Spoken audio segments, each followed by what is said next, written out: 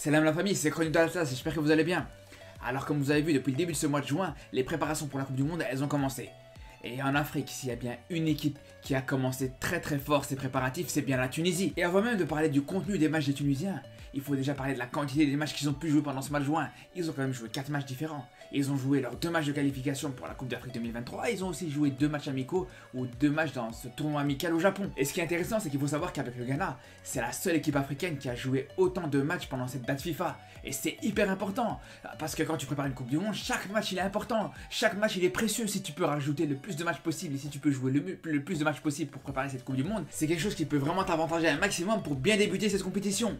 Mais là où les Tunisiens ils ont vraiment fait fort, c'est pas juste avec la quantité et le nombre de matchs qu'ils ont pu jouer, c'est surtout avec le bilan qui a été proposé. Quand on voit que sur ces 4 matchs, les Tunisiens sont sur 8 buts marqués et 0 but encaissé, c'est exceptionnel. Surtout qu'ils n'ont pas affronté des peintres non plus en face. Ils ont quand même joué contre des nations comme le Japon, le Chili, et on peut même rajouter la Guinée équatoriale qui, on se rappelle, a fait une Coupe d'Afrique exceptionnelle, surtout à leur niveau. Donc honnêtement, le bilan de la Tunisie il est hyper positif et il est hyper encourageant pour la suite. Et là où j'étais vraiment déjà hyper impressionné par ce qui a été proposé par les Tunisiens, c'est surtout par leur solidité défensive. D'ailleurs, il faut quand même préciser une chose, c'est que là, les Tunisiens sont quand même sur une série de 7 matchs sans encaisser un but. Je sais pas si vous vous rendez compte à quel point c'est exceptionnel. Il suffit juste de, à titre de comparaison, voir le record mondial actuel, c'est l'Italie qui détient ce record avec 12 matchs sans encaisser. Donc on peut se dire aujourd'hui, après ça sera pas sûr que ça va être le cas bien sûr, mais on peut se dire qu'il y a encore 5 matchs sans encaisser. Donc on peut se dire aujourd'hui clairement que la Tunisie a seulement 5 matchs d'un record mondial. Je dis pas forcément qu'ils vont atteindre ce record, mais juste le fait de le frôler, de s'en approcher, c'est déjà une prouesse en soi. Après bien sûr, il n'y a pas non plus tout qui a été parfait dans ces 4 matchs des Tunisiens. Il y a encore des choses à corriger, à améliorer, et il y a bien sûr encore énormément de travail, et on va en parler. Mais globalement, il faut dire que le bilan il est plus que positif, surtout comme je vous disais au niveau de l'organisation défensive. Et ce qui rend cette organisation défensive tunisienne encore plus impressionnante et plus spectaculaire, c'est surtout par rapport au fait qu'en Tunisie, il faut dire une chose, c'est qu'il n'y a vraiment aucun joueur de classe internationale dans le secteur défensif. Parce que c'est vrai, il y a des équipes qui défendent bien, il y en a beaucoup. Mais la plupart du temps, ces équipes-là, c'est des équipes composées de grands défenseurs, ou en tout cas des défenseurs qui jouent dans les grands clubs européens. Et pour le coup, quand on voit comment les Tunisiens défendent, comment ils sont organisés quand ils n'ont pas le ballon, on se rend directement compte que c'est vraiment très difficile de les mettre en difficulté. Quand on voit des matchs contre le Japon par exemple, où il y a eu plusieurs minutes, plusieurs séquences comme ça, où les Japonais étaient complètement bloqués, où ils essayaient de contourner le bloc tunisien, mais c'était vraiment quasiment impossible. Et pourtant, ce qui est intéressant, c'est que le bloc tunisien, il est pas hyper bas non plus. C'est pas un bloc vraiment recroquevillé dans ses 30 mètres. Au contraire, c'est un bloc qui est assez médian, qui est à hauteur de la ligne médiane, qui presse justement à partir de cette ligne-là. Et justement, ça a pour avantage que dès la récupération du ballon, ils sont directement installés dans le camp adverse et ils peuvent apporter du danger comme ça. Et on l'a vu plein de fois sur ces derniers matchs, surtout contre le Chili et le Japon.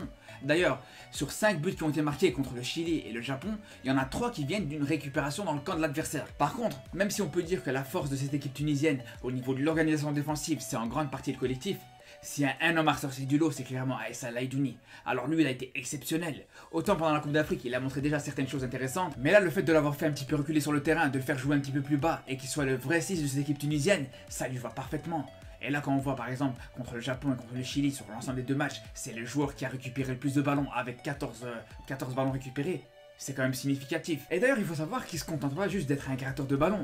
Même balle au pied, il fait des choses intéressantes. Déjà, il perd très peu la balle, ça c'est une chose. C'est le milieu de terrain sur l'ensemble des 2 derniers matchs qui a perdu le moins de ballons. Et c'est vrai que même s'il n'a pas non plus une technique exceptionnelle, il faut quand même constater que déjà à la première relance, il est très efficace. Et surtout, des fois, il a aussi l'art de se permettre des petites choses. Comme on l'a vu en fin de match contre le Japon, il s'est fait plaisir. Le mec, il s'est quand même permis de nous proposer un petit pont et un sombrero en l'espace des 5 dernières minutes de ce tournoi. Après, là où je trouve vraiment que la préparation des Tunisiens se passe vraiment bien, c'est au niveau de la prise d'ampleur de plus en plus grande de la part de certains jeunes, comme par exemple Anis Ben Slimane, qui commence vraiment à s'installer dans ce 11 de base tunisien. C'est vrai que ses prestations sont encore loin d'être irréprochables, ça manque encore un petit peu d'impact et de percussion, mais ça évolue vraiment de mieux en mieux. Un peu comme pour Hannibal Mejbri d'ailleurs. On voit que maintenant quand il rentre, son entrée elle apporte vraiment un certain poids, contrairement à ce qu'on a pu voir à la Coupe d'Afrique par exemple. On a même vu que contre le Chili, il a su être décisif sur son entrée. C'est lui qui récupère le ballon sur le 2e but tunisien. Mais pour le coup, je pense pas qu'il y a que les jeunes qui ont su profiter de cette date FIFA. Quand on sait qu'en Tunisie, il y a vraiment une place à prendre en tant que numéro 9, et on peut considérer qu'il y a des attaquants qui ont marqué des points et d'autres qui en ont perdu. Quand on voit par exemple l'entrée de Djebali contre le Japon, avec son très beau but qu'il a pu inscrire.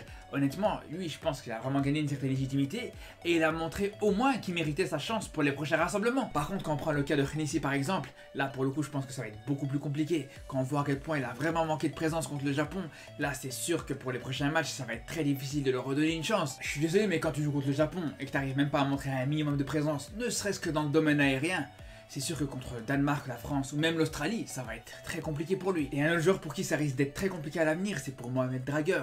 Après lui, entre guillemets, son avantage, c'est qu'il n'a pas forcément beaucoup de concurrence, mais c'est sûr qu'il y a vraiment beaucoup à améliorer de son côté droit, parce que c'est vraiment de là, majoritairement, que vient principalement le danger côté tunisien. De toute façon, c'est simple, contre le Chili, toutes les actions dangereuses, toutes les occasions créées par les Chiliens, elles venaient de son côté à lui. Toutes, je dis bien toutes. Après contre le Japon c'était un petit peu plus équilibré entre le côté droit et le côté gauche, même si là aussi il s'est fait mettre en difficulté plusieurs fois. Et je pense qu'aujourd'hui on est tous tout à fait conscients que c'est lui vraiment la principale faiblesse de cette équipe tunisienne. Quand on voit à quel point il peut se faire mettre en difficulté dans plein de secteurs différents, que ce soit quand il se fait prendre dans son dos, que ce soit quand il se fait éliminer en 1 contre 1, je pense vraiment qu'il devrait essayer de s'améliorer à ce niveau-là. Après l'avantage c'est qu'il devrait rester plusieurs matchs avant la Coupe du Monde pour pouvoir progresser, que ce soit pour lui ou pour le reste de l'équipe tunisienne. De toute façon on va suivre ça de très près, donc je vous dis à très vite et surtout d'ici là, prenez soin de vous.